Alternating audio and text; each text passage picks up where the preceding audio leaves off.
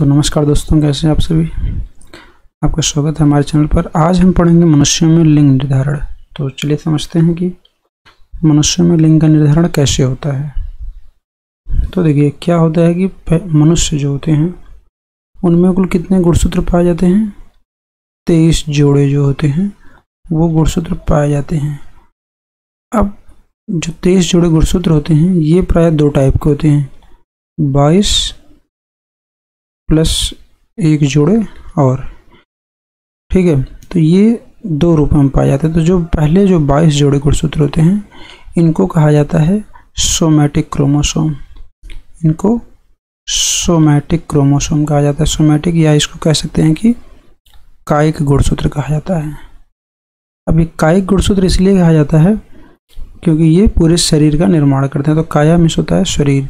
ये जो 22 गुणसूत्र हैं, 22 जोड़े, ये क्या करते हैं, शरीर का निर्माण करते हैं, इसलिए इनको कायिक गुणसूत्र या सोमैटिक क्रोमोसोम कहा जाता है।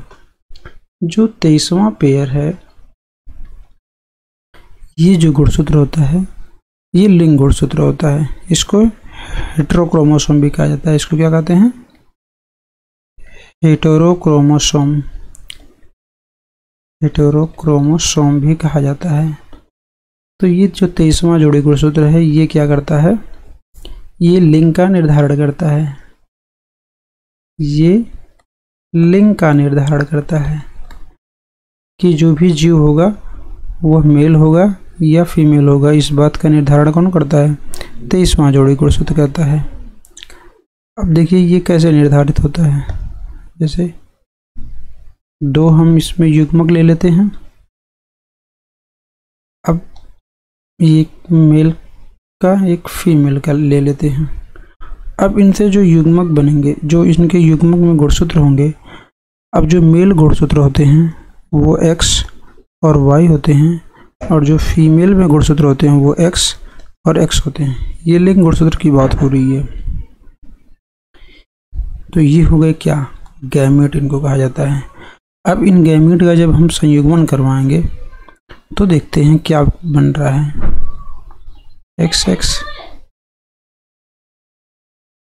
ये XY,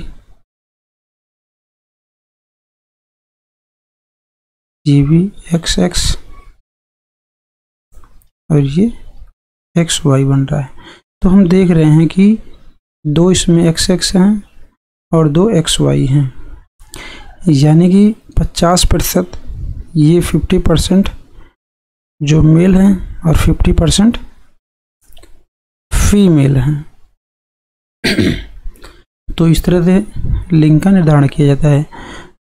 तो जनरली जो लिंग का निर्धारण है वो किस पर डिपेंड करता है, वाई गुणसूत्र पर ही डिपेंड करता है, क्योंकि फीमेल में यानी कि महिला में दोनों XX गुणसूत्र ही होते हैं और पुरुषों में एक X गुणसूत्र है, एक Y गुणसूत्र होता है।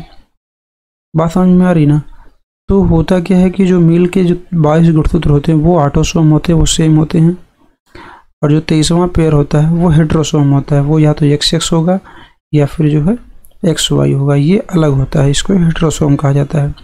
22 जोड़ी जो आगे जो सोमैटिक गुणसूत्र हैं सेम होते हैं। तो यही जो 23वां जोड़ी है यही गुणसूत्र डिसाइड करता है कि वो जो जीव है वो मेल होगा या फीमेल होगा। अब देखिए हम समझते हैं कि पक्षियों में लिंग का निर्धारण कैसे होता है। अब इसमें जनरली देखिए कुछ आप पहले तो मनुष्य में समझ ही गए हैं कि कैसे लिंग का निर्धारण हो रहा है। उसमें मेल गुणसूत्र जो होता है हेटेरोक्रोमोसोम होता है, वही प्रदर्शित करता है भिन्नता।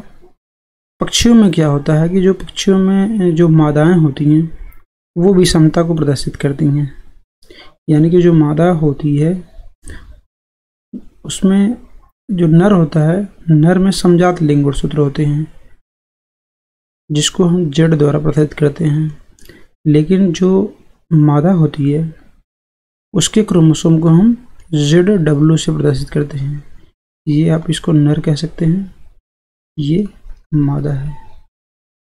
मनुष्यों में क्या था, मनुष्यों में नर जो थे उनके गुणसूत्र अलग थे, उनके गुणसूत्र XY थे, और जो मादा थी उनके गुणसूत्र XX थे, यानी कि सेम थे। लेकिन पक्षियों में थोड़ा सा उल्टा केस होता है।